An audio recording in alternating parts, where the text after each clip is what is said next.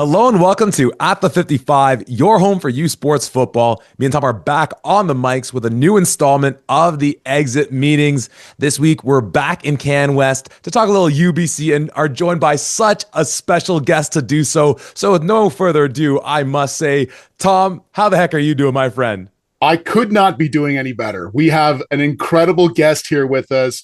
He is a Yates Cup champion. He is the Mitchell Bowl MVP. He is a Vanier Cup champion, the 2010 number one draft pick in the CFL, and current recruiting coordinator at the University of British Columbia. Shomari Williams joins the podcast. Coach Shomari, if I've had a chance to meet you before, it is such an incredible honor to have you on this show. You are an unbelievable player. You are an unbelievable coach. I'm so excited to dive in and talk a little bit UBC football with you, my man.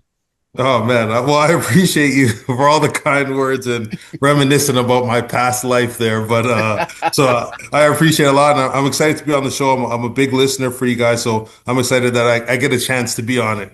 Well, that means the world to us, Coach. And as Tom alluded to, we're going to talk a little bit about you because, you're a pretty darn important person in the football landscape, not just in Canada, but of course, having spent time on the south side of the border. And just for point of reference, at time of recording, your Houston Cougars are tipping off against Arizona right now in a pretty huge basketball game. So again, it means that much more the world that you're taking time out of your day when that game's going on. But I want to start with a little bit of the backdrop because, when we get such prominent guests like yourself, it makes the research element that much easier on our end. And I'm a Toronto guy. And so the first thing I wanted to ask about is, when you look up a little information about Shomari Williams, you see born in Toronto, but attending North Park Secondary School. And I don't know if it was born in the city, moved out to Brampton, one way or the other. But whenever we talk to folks around the football community, mostly in Ontario, and we've done some things on social media over the past years to kind of see where are the true hotbeds of football in Ontario. Up there with your Londons, your Hamiltons, your Ottawas, all the various other communities is Brampton, Ontario. Second to nearly no one else. Whether the Toronto piece on the old Wikipedia page is just what they always do of saying, he's from the GTA, we'll say Toronto, or whatever that looked like for you. You grew up playing football in Brampton. Can we just start by giving a shout out to Brampton football, what your experience was growing up there with all the talent that's come out there from over the years? Yeah, and I'll die on this hill for the rest of my life. I always thought maybe it's fallen off a little bit, but Brampton has always been the hotbed for football. I think you can go through the list of guys who have made it to the CFL, played at a high level, got NCAA scholarships. And it's not even just me. I think even if you go back to Donovan Carter, probably one of the pioneers who probably started it off there. And then you go through my class with Fernand Kashama, even Davey Mason, who had a great career at Ottawa.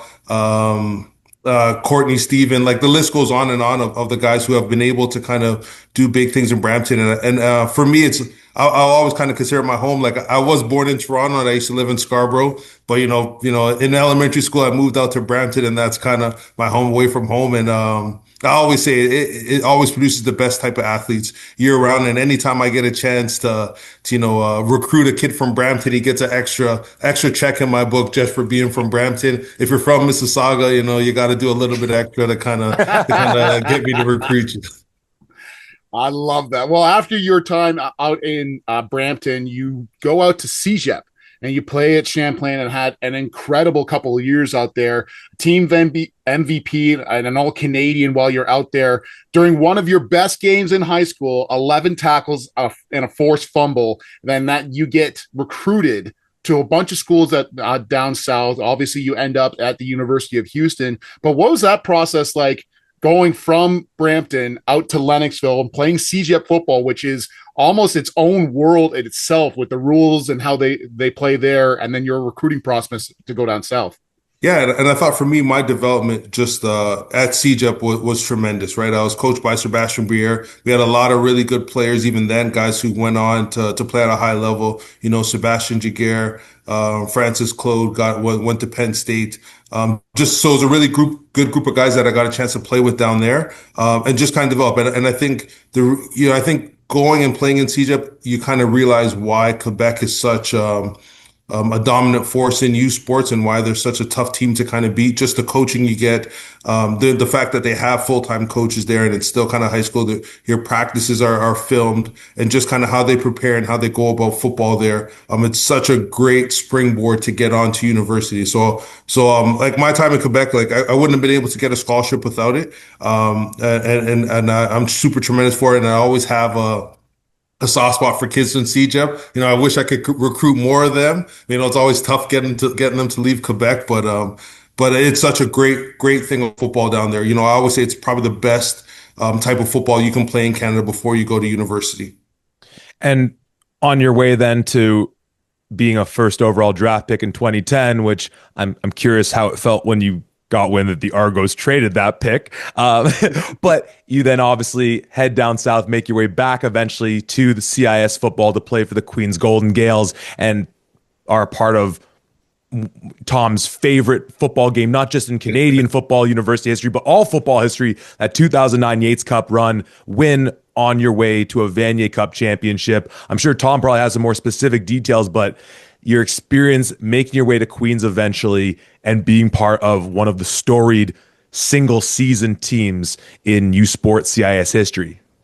Yeah, and I think just for me, I had a chance to play at the University of Houston. I graduated. We had a coaching change, and I was graduated from school, and somebody who I met at from our NFL pro days at the University of Houston. He used to train some of our guys.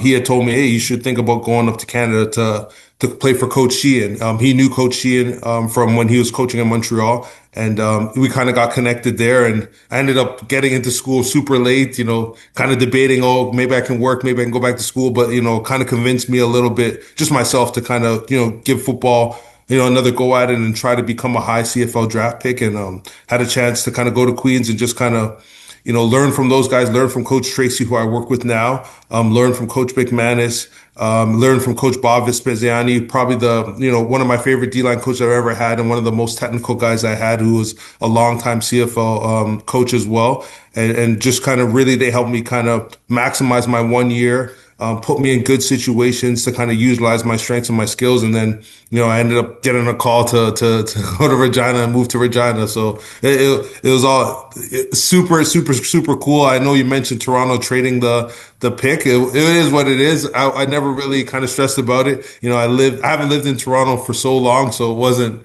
the end of the world not being a Toronto Argonaut. And I thought for me, it was just, going to somewhere that somebody wants you, the chance to be the first overall pick, going to a team that kind of, invested that much into you and trying to go there and try to show what you can do there. That was always the most important thing for me. And I thought, my time in Regina, I still have a house in Regina. I always say if all else goes to crap in my life, I'm moving to Regina. Regina, I think what the great thing about football is it takes you places, it makes you experience things you never would have got to experience before. And for me, it's like getting a chance to live in Regina, being in Regina. It's probably a place I never would have went to if I never played football. And now I say it's kind of outside of Brampton, my home, away from home, I guess, again. So it's been super cool and such a cool journey for me. Yeah, unbelievable. Well, just want to take a second to talk about that Queens team, because obviously it's up there in terms of one of the best ever when you think of that 2019. So you're going through this process, and like you said, you're debating on if you want to go back to work, if you're done with football or whatever the case. You finally make the decision you're going to go to Queens, and you come in a little bit late into the season, like you mentioned. But I have to imagine you get there and you start looking around going like, holy crap, this is a pretty damn good football team. Like the guys that you're playing with for sure, but offensively, you got Danny Brannigan, the rest of that squad and what they're doing. On the D-line alone, you've got all Canadians and like the talent that's there. Osi Cuomo, you've got a young John Miniachi that's out there as well. And like the guys that are moving around, like is unbelievable. And you get out there and you can already start to see the talent. And obviously, because of how good of a player you are, you slot in immediately on a squad that's that talented. And you going through, like, what are your first thoughts when you first get to Queens and you're playing with these guys? You're going like, holy shit, like, we have a chance here. Yeah. And for me, it's like, you never really kind of understood it when you first get there, just in terms of like, because I've never played against or I haven't been a part of that competition, but obviously I knew the team was really good, right? But I think even more so than knowing the guys were good or seeing some of the guys make some of the throws like Danny Branger, some of the guys, Scott Valberg, make plays, it was really talking to them about what they were doing outside of school, what they're doing in school, right? It's, talking to Danny, he's in business, I think it was, you talk to OC, he wants to go to law school. You talk to all these guys, Jimmy Allen wants to become a dentist. And it was just kind of seeing so many people with so many different degree paths and wanting to do something bigger than football. That was actually the most shocking thing. It's like, you go to the University of Houston and everybody's there. I'm only there for, 3 years and I'm going to the NFL. And then you go to Queens and everybody's there and has big aspirations academically. That was always the biggest shock. So I'm like, we're a good football team and all these guys here are actually doing all these other great things in their degree or have such bigger, aspirations outside of football. I thought that was the coolest thing about Queens.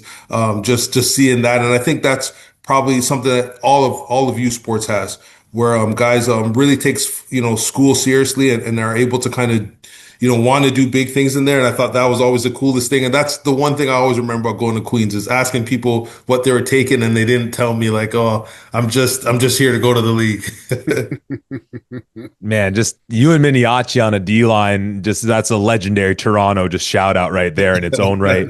Now, Coach, I want to transition to UBC, but by sticking with the Queens connection, because we're going to focus on the year that was for your Thunderbirds and kind of look at some of the key players that have aspirations of the draft and who might be coming in, so on and so forth. But I actually want to start by going back 3 years ago or 2.5 years ago to that 2023 Vanier Cup, which was, of course, at Richardson Stadium, the new Richardson Stadium, which obviously I'm sure looked a lot different, felt a lot different than the one that you played in 2009. So I'm curious what your experience was returning back to Richardson Stadium for that Vanier Cup, but then as well as a defensive guy, having to game plan against a Heck Crichton Award winner and Jonathan Senecal, and then just getting to appreciate the defense on their end that, is giving up 11 points a game, has guys like Jeremiah Ojo, has a 2022 President's Trophy Award winner, Nicky Farinaccio, a 2023 President's Trophy Award winner in Harold Misan, and just sort of the totality of that experience, given the number of ties that you have to that stadium, to that city, to that university. Yeah, and I thought it was super cool going back to Queens and being a part of that Vanier Cup and then seeing the completed Richardson Stadium. So I got a chance to see it before they had that final piece there, but getting a chance to kind of see that and see their locker room and see what they kind of built and just kind of seeing like that. It's such a cool stadium that they have there.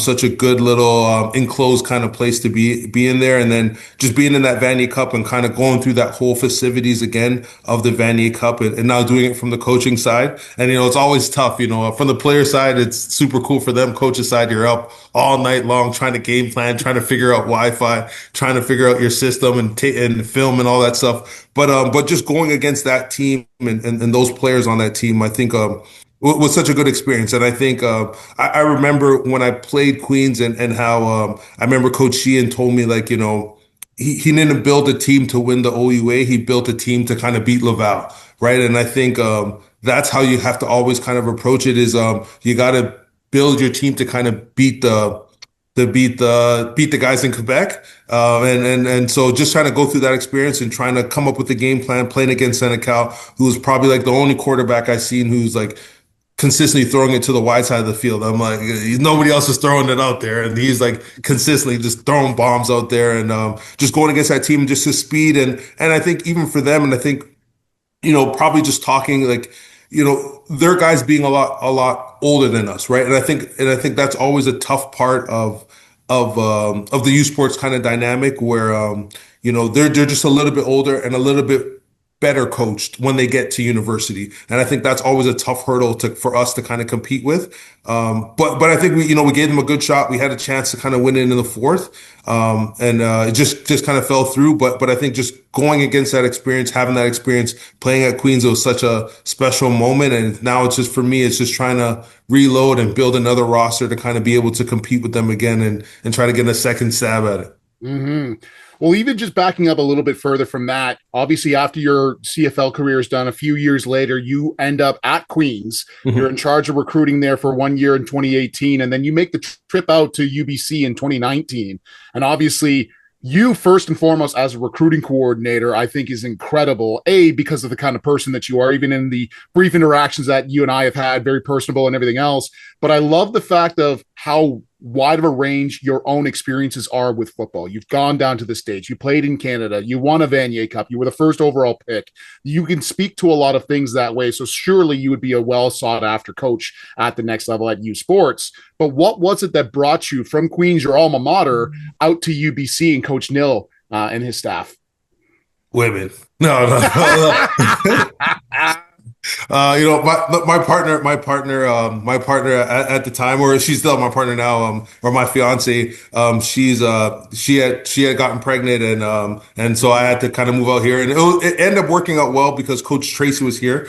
So Coach, I gave Coach Tracy a call and I said, "Hey, Coach, I think I have to make a move to come out west," and he kind of made it happen for me. And I think working for Coach Nil and just kind of making that transition, and you just learn a lot, right? I had a brief time with Coach Snyder, who's doing an incredible job there at Queens, and we're always seem to be competing for the same recruits all the time. So that's always been tough. And I had a chance to kind of work with Coach Sheehan as well. But I think, the time that I've really spent with Coach Nil, learning how to build a program kind of from the ground up, and just seeing his energy and his kind of business acumen and how he kind of approaches the game. And I think you kind of pick something from all the head coaches, but Coach Nil is the guy I've worked with the most, and he's kind of taught me a lot about what it takes to be successful at this level. Mm-hmm. Now, Coach, moving into the current state of UBC, and when Tom and I have been doing these exit meetings with the various teams we've covered so far, we typically start looking at some of the players that, it's sometimes hard with the U Sports rosters to get a sense of who's coming, who's going. But what we do have a sense of is with the news coming out 2 weeks ago of the invitations to the CFL Combine and the Invitational Combine, that your Thunderbirds are very well represented. So you obviously have an absolute star, a weapon on offense in Shomari McBean, Benjamin Sangwa on the defensive backside of things, offensive lineman Riley Sheffer, all getting the call up to the Combine, along with 2 invitationals in Chase Hennig at linebacker, and then Gavin Owen at wide receiver. I'm curious, given your experience having gone through a similar process, what types of conversations that you've perhaps had with those athletes, or just what you've seen in their preparation for their respective big days coming up in the next, time of recording, the next month or so?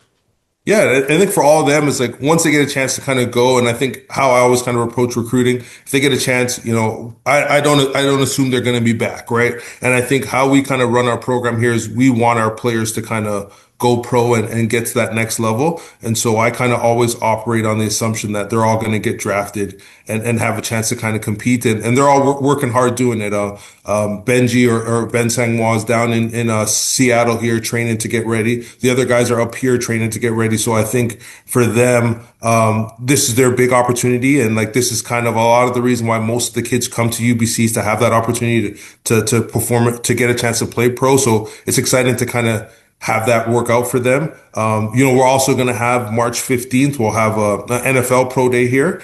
I'm just trying to finalize things here as well with that. So we'll have that here, and we'll have a bunch of NFL teams. I think this past year we probably had, I want to say it's about 16 to 18 teams come up here to campus to kind of see some of our guys.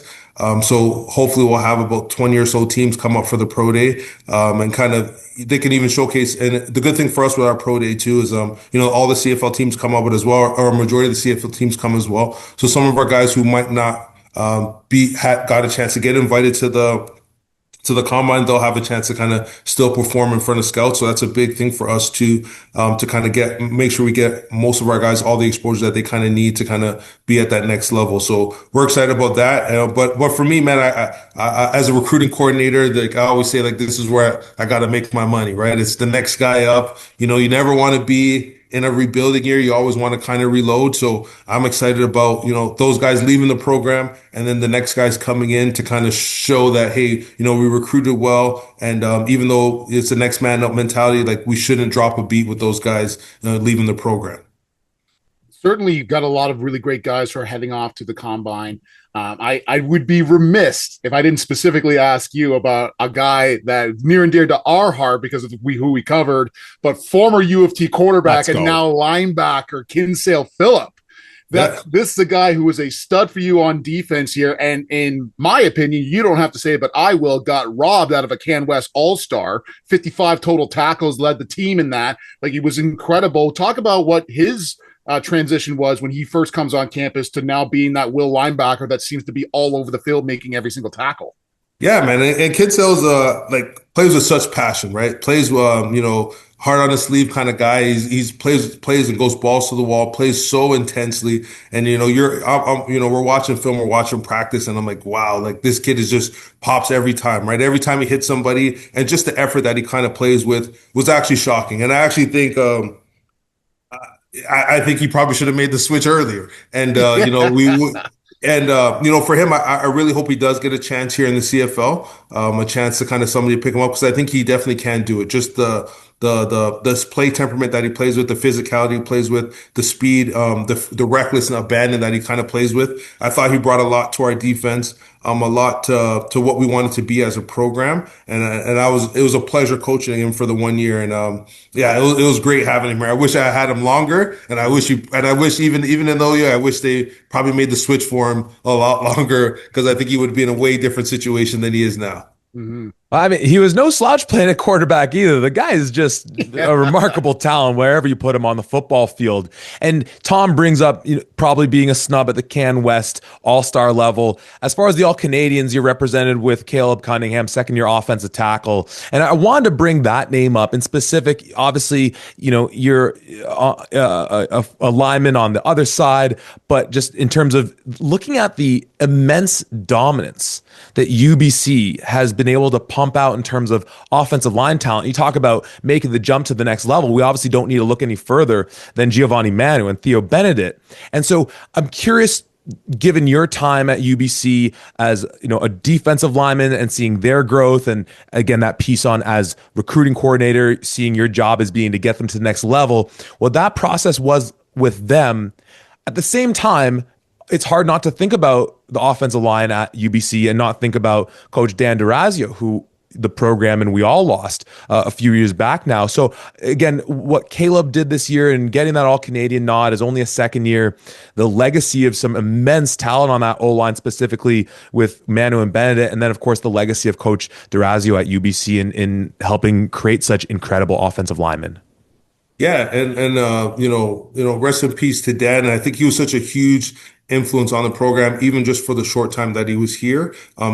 Basically it's still pretty much Coach Dan coaching the O-line in terms of, Coach Buckley has done a tremendous job. But a lot of his teachings, everything that he's kind of learned has come from Coach Dan. So it's kind of, he's a Coach Dan kind of disciple in that sense. So his fingerprints are through this program immensely. And I think for us is just trying to build on that legacy of trying to, just develop those offensive linemen. Coach Neal wants to, and I think most youth sports team, you want to build your team through the offensive linemen. And Caleb's just the next coming that we have of guys who have shown that he can play at that high level. And it's just, can he continue to take that next step? Theo had a chance to win the Metros twice. Caleb's got to try to match that and win it twice for himself as well. But I think, in terms of his work ethic and what he wants to do and where he wants to go, I think he's putting in all the right things that, Theo did, that Gio did, to kind of give himself a chance to kind of put himself on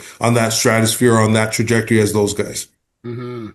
And for him, just the last thing I'll say quick, the last thing for him is, we have so many different NFL teams coming by on campus, and he's always a guy that teams talk about. I've had, coaches or NFL teams who haven't even come to practice, but have watched film of, Shomari or somebody else on their team, or even last year Isaiah, and say like, who's this Cunningham kid? Who's this tackle that you guys have here? I'll need to see him in a couple of years. So that's always capping his feather for when his time comes. Yeah, that's incredible. And even just I think the fact of being able to say that you have NFL scouts that come to practice that want to check things out, like that's not a typical youth sports experience. For anybody else that's listening to the podcast, is certainly any young talents that are still deciding what their future is, like that's got to be a huge aspect to kind of look at in terms of how well is my name going to get out there. UBC, you've got an NFL pro day along with obviously the CFL scouts and everything else there, which is an incredible asset to kind of have there. But kind of transitioning from the recruiting piece into the 2025 season here, going into this, there was a lot of people that were talking about, this would be a rebuilding year type of deal. You lose, obviously, Garrett Rooker would be gone from the program. Isaiah Knight's now gone from that running back field. A number of other players here, and we're not too sure about what's going to happen. But Derek Engel, obviously a stalwart during those Rooker years, and then getting a guy like a Drew Viotto, the cannon of an arm that he has, and going back and forth between the two of them this last year. UBC, obviously, you did finish 3-5, made it into the playoffs, and then ended up losing to the eventual Hardy Cup champions in Saskatchewan. But talk a little bit about what it was like going into this season. Obviously, without Isaiah Knight being there, you've got this quarterback battle that's happening. It kind of went out through the season as well, along with some new guys and new faces, one of them being a guy like Kinsale Phillip, who is now slotting into the defense. What was the feeling like going into this season compared to others? Yeah, and I think every season or every coach probably feels good about their season going in. Feels good that we have the guys, and I think what I think we always had is I think we had the athletes to kind of compete with anybody, and I think it kind of showed up week to week, the athletes to kind of compete, and I think for us it was just maybe a lot of change that we just weren't able to kind of overcome. I think we had a new offensive coordinator, losing Coach Bone, and we had, a little bit of a transition on defense, with Coach Tracy kind of moving over to special teams a little bit. And so I think it was just a lot for us to kind of, to overcome in totality. And I think, we built pieces up and things kind of changed a little bit. So I think for me, I always kind of find it as a disappointment because you want to try to, like I said, you always want to reload and never rebuild, and I never want to say the rebuilding word, and I'd rather say it's my fault we didn't have the right guys. But I think the one thing I can say about last season, I think it wasn't so much that we didn't have the right guys. It was, I think the guys that we had were just super young. Like, I think you're going to see this year with this team, it's going to be the same guys, but they'll just be 1 year older, 1 year of more experience, and 1 year of, more games under their belt. And I think, I think what I've kind of learned is that's a big part of it, right? Is like you need, when you have, talented guys and even talented guys behind them, they need to get a little bit in there throughout the years to kind of, so that when their time does come, they're ready to go. And I think for us, it's just maybe too many brand new guys playing in significant roles who probably never had those roles before. And I think just now with all those things and all that adversity under their belt and just kind of learning the game, learning how to prepare, learning how to do all those things, and now being the guy, I think will be a lot better for that. Well, and we've talked about obviously a number of the names of guys that are going to the CFL Combine and the Invitational Combine, and I will reciprocate your confidence in them of saying, let's just assume that they're off to that level, because that's the standard with UBC, that you don't just send people to combines, you send them to the next level. And Tom's mentioned the name of Derek Engel. We brought up Kinsale Phillip, a number of other players in that fifth year range who, again, are hard to replace. But as you mentioned, the youth and the talent in those younger ranks, I mean, offensively, and it all starts with Viotto, which, again, tip of the cap to you of bringing a guy in who's playing football at Eastern Michigan, an Ontario guy originally, which stop taking all our Ontario guys out west. Come on, man. But like guys like Tolu Ayadegbe, Riley Michaud in that backfield being super young, Trey Montour, Jaden Phillip at the wide receiver position. Yeah, are either of those guys, the equivalent of Shomari McBean? Maybe they will be. But again, it's the depth of talent. And on the defensive side, guys like Darren Brown, Isaiah Cooper, Tyson Lewis, and then Malcolm Frazier, which, by the way, is another win for you against the Western Mustangs, taking him out of their program. So, I mean, for Western, that's the second L that you've had to hold at the hands of Coach Williams there. Again, it's a huge depth of talent, and Tom and I haven't gotten the opportunity to talk yet, do our offseason breakdown, our exit meeting breakdown about the Saskatchewans and the Reginas and some of those teams that were a little more prominent this year in the Can West, but some pretty major figures from some of those clubs that are moving on from historic careers they had in those programs. So if you weren't already on other teams in the Can West's radar, and maybe you prefer to be like, hey, no, go ahead and sleep on us. Like the Can West should be on full red alert, 5-alarm fire that the Thunderbirds going into 2026 are very much a team to be reckoned with in considering who's going to come out hoisting up that Hardy Cup.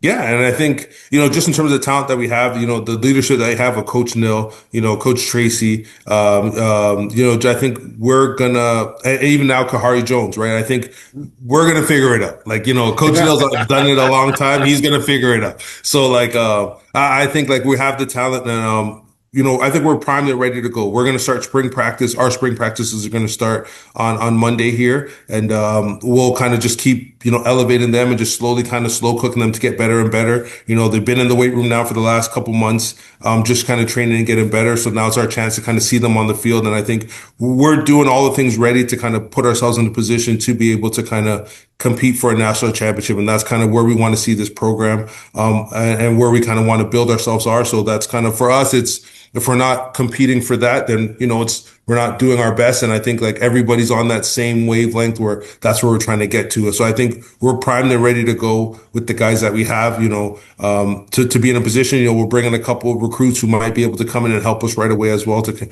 maybe fill up some spots we think we might need some help in. But I'm comfortable as the recruiting coordinator, comfortable with the guys that we already brought in, that we can get the job done here. Yeah, and I think if my recruiting coordinator isn't sweating about the season, then I think I, as a positional coach or as a coordinator, should be pretty good. But even going into, obviously for the folks, we have a predominant listener base from Ontario.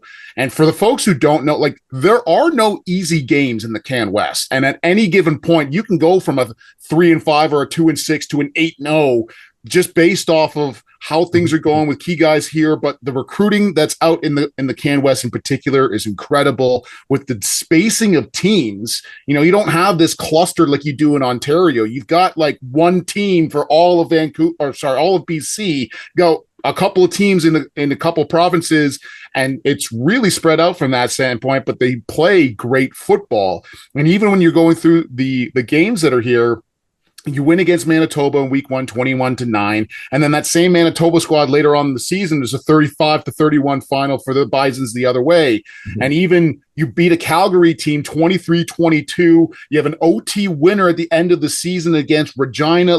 It's just back and forth. The game that I had the chance to be at was your home game against Regina that ultimately ended up dropping.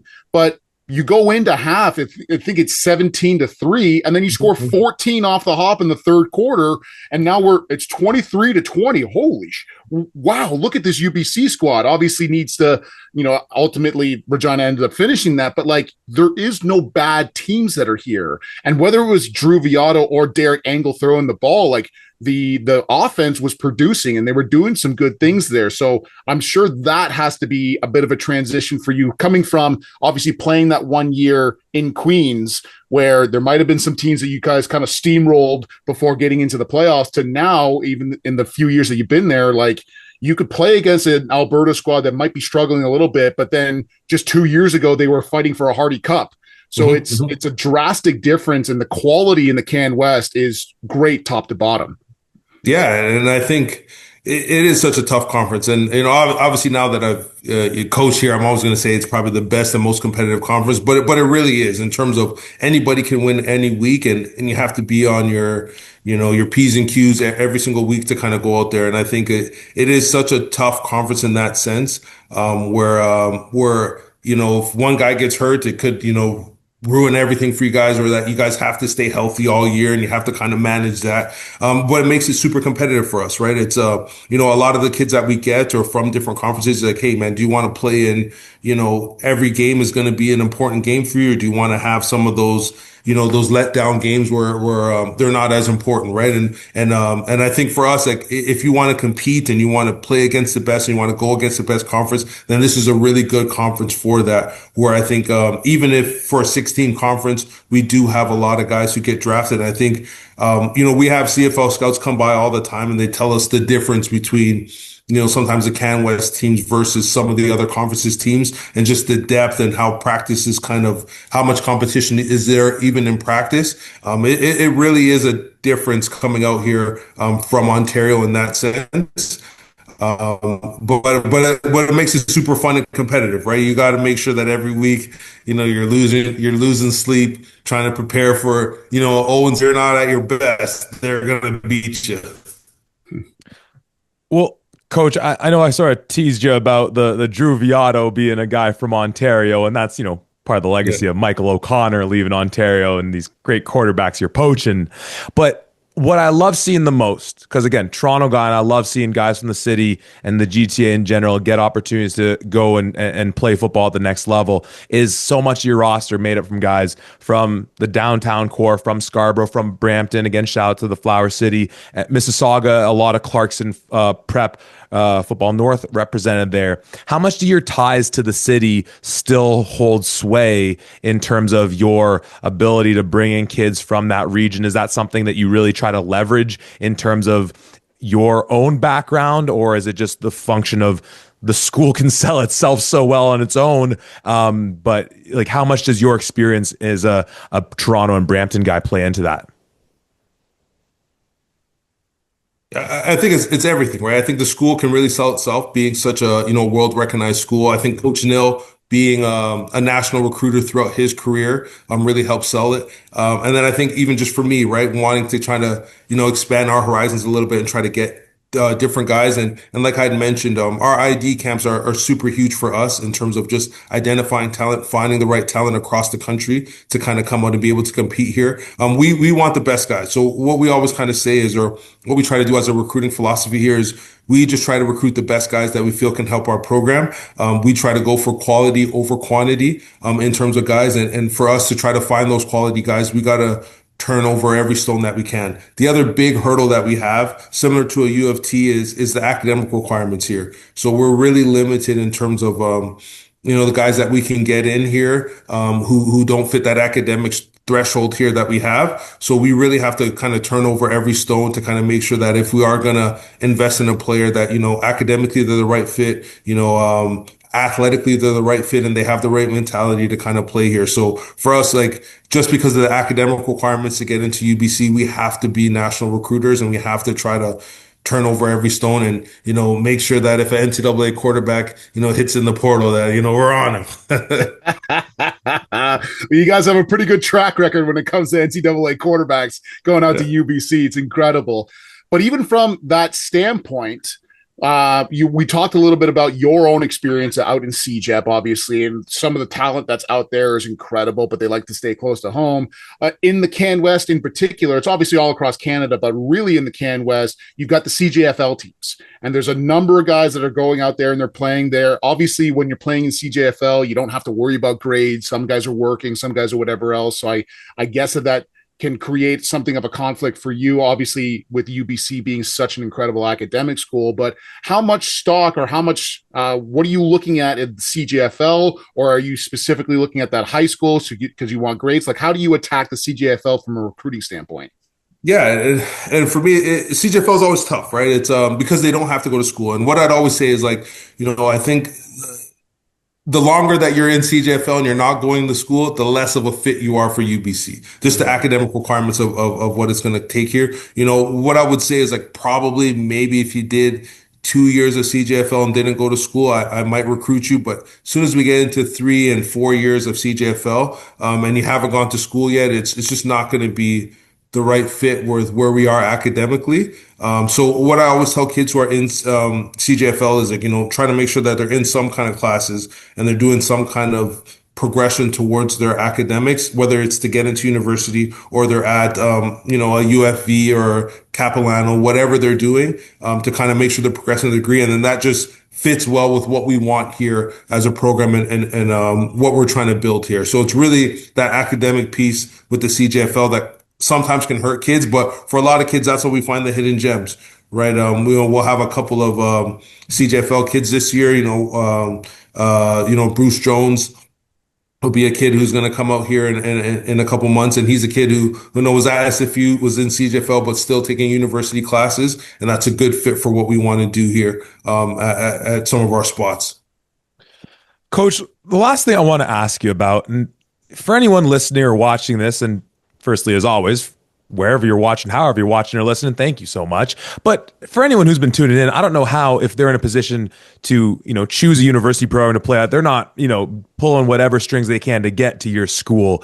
But can you give us just the Shomari Williams trademark 60-second elevator pitch of why the top football players across this world, because as you mentioned, you work at a world-class institution, should choose UBC not only as the place to get a degree from, but most importantly, to play for Coach Nill and the Thunderbirds? Yeah, and for me, I always say we give you the best of both worlds, right? We can give you an elite academic experience, being a top 40 university in the world, having the top business program in the world, top 3 engineering program, top 3 science program, top 3, whatever program it is, we're probably in the top 3 of every program in the country here. But then with that degree, you can also get an elite athletic experience where, for us, we get a chance to fly to every game. We get treated like that, where we're flying everywhere to kind of similar to an NCAA kind of a experience where sometimes we charter planes to kind of go around, but then we're also feel like we're in a position every year we're in the top 10, one of the top teams in the country competing for national championships. So I think for us is, for anybody who wants a best of both worlds here in Canada, I think we're one of the few schools that can do that, right? I think if you look at the other top academic schools in Canada, their football programs might not be that strong. Or if you look at some of the other, it's usually hard to balance both. And I think we can do a really good job here with Coach Nill, Coach Tracy, Coach Jones of being able to balance both. And Coach Nill has, his track record speaks for itself of just how he's been able to kind of build programs from the ground up. And so if you want the best of both worlds, UBC is the place to be. And then, every year there's no snow here. We're surrounded by the beach. We're surrounded by mountains. Only place in the world where you can go skiing in the morning and then go to the beach in the afternoon, or one of the few places. Yeah. For the folks who haven't been, going out to Vancouver and just in BC entirely, it is the most beautiful province from top to bottom. Like, it is just incredible out there, the mountains and everything else. I've loved every time that I've got a chance to go out there. Now, obviously, you talked about how important those ID camps are that you have going on. There is an Ontario ID camp that's happening March 22nd in Brampton. And yours is one of the more unique ones because it's not just specifically a UBC camp. You are also inviting other universities to come out to that as well. Can you speak a little bit more about what that means for you and running these camps and just the camp in general? Yeah, and I think for us, like what we try to do is, for us, our camps are tremendous for us. So I think over the last couple of years, like I mentioned before, we've tested probably about 1,300 student athletes came through our camps. And it's every year, it's about 70 to 80% of our high school recruits that we have come through our ID camp. So for us, it's a huge evaluation step for us, a huge kind of recruitment piece for us to kind of get guys in, see where they fit athletically. And like I talked about earlier, it's such a hard thing for us to kind of get guys into school here academically. But for us, if you can fit the academic threshold that we're looking for, then, we can coach you up for the rest part. So just my long speech is, as a recruiter, I look for 3 things, right? I look for the type of athlete you are, the type of mentality you are, and then how good you are at football, right? And those 3 things in that kind of order I look for, right? And it's because the reason why I picked football last is because we have great coaches. Most of our guys on our staff have played in the CFL, have coached in the CFL, so we can coach you up. So if you're the right kind of athlete with the right mentality, then you check those boxes for us to kind of at least get into school. And the ID camp for us, that's what it kind of showcases for us. Like, are we trying to get the right athletes? And then do they have the right mentality when we have those, that hour long or a couple hours that we have with them, trying to coach them up and try to learn more about them. And that's huge for us. And then us bringing in other coaches, I think it's huge for us too, just because every kid can't come to UBC. We can't recruit everybody, and I think if you're in this space and you want to really try to help promote the game and kind of promote football across Canada, it's important to kind of bring in other teams to kind of give kids a chance somewhere else that they might not have had. And then, we're all on limited budgets here, so it's a way to kind of have other staffs, build out their rosters. Now, I'm not inviting Western, or I'm not inviting those big time teams, but the other teams, every year I invite somebody and then they end up signing somebody from the camp, and I'm like, man, I was recruiting that kid too. Like, so I end up still losing out a couple of kids by bringing other teams there. But I think it's good to kind of help just grow the game and make sure that kids have an opportunity to kind of go somewhere. Because for them, if I'm being honest, most kids, I can't recruit most of the kids that come to the camp. So, but if I can help them get somewhere else, I think that's still a win for us and a win for kind of football in Canada as well. Yeah, and I think that's so incredible to be able to say that. But I have to say, you're wearing the UBC colors. That tricolor is still on your heart. You're not fighting Western. They aren't coming out in your camps that you got going here. I love to see that. The very last question that I have here for you, we obviously talked about the 25 season. We talked about a number of things going into 26, really exciting to see what that's going to mean. Can you give us a couple of players who might be young guys that you think are going to make the next step and be key contributors, or at least guys to keep your eyes on in the 26 and beyond? Yeah, and I think for us, obviously at the wide receiver spot, I think, Trey Montour is going to take another big step, take probably another tremendous step. His work ethic that he plays with, the physicality he plays with, his play temperament is super high. His compete level is really high. I think Drew's going to take another huge step, just being in the program a lot. Another year. I think we're going to have a couple receivers that you probably never even heard of yet who are really going to step up. Our receiver group is actually pretty good. You're going to have Colby Johnson, Kai Ronsley, Kai Rednar-Bruckman, who is going to make huge strides going into next year. And then on defense, I think you're going to see, a bigger improvement this year from Deacon Sterna, just kind of as he continues to grow and develop, just gonna try to wreak havoc there on the edge. Isaiah Cooper, he's poised for another big year. He had a really good year last year, but I think for him to kind of take that next step, I think he's ready to kind of do that.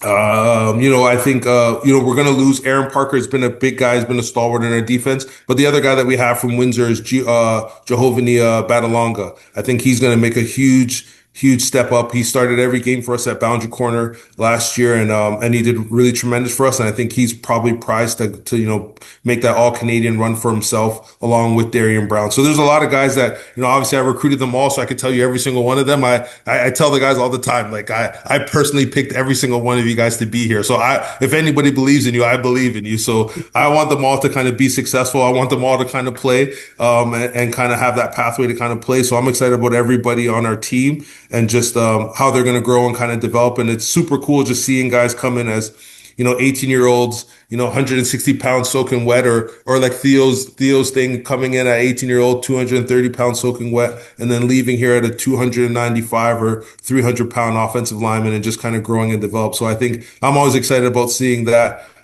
where they kind of can grow into. So it's super cool being part of that process. And anytime a kid picks UBC, it's exciting for us to that they wanted us to be a part of that journey, or wanted to help us kind of help them along in that journey. So it's been super cool in that sense. He is the pride of the Flower City, Brampton, Ontario, former Vanier Cup champion, CFLer, and the current recruiting coordinator for the UBC Thunderbirds, Shomari Williams. Thank you so much for joining us today, talking to us about your life in football that is ongoing with all the great things you're doing at UBC. It really means the world to us, Coach. Well, thank you guys so much again for having me. B-Town forever. You're going to take it easy. Well, our next stop on the exit meeting will keep us in the Can West. Who that'll be, you'll have to tune in next week to find out right here at the 55.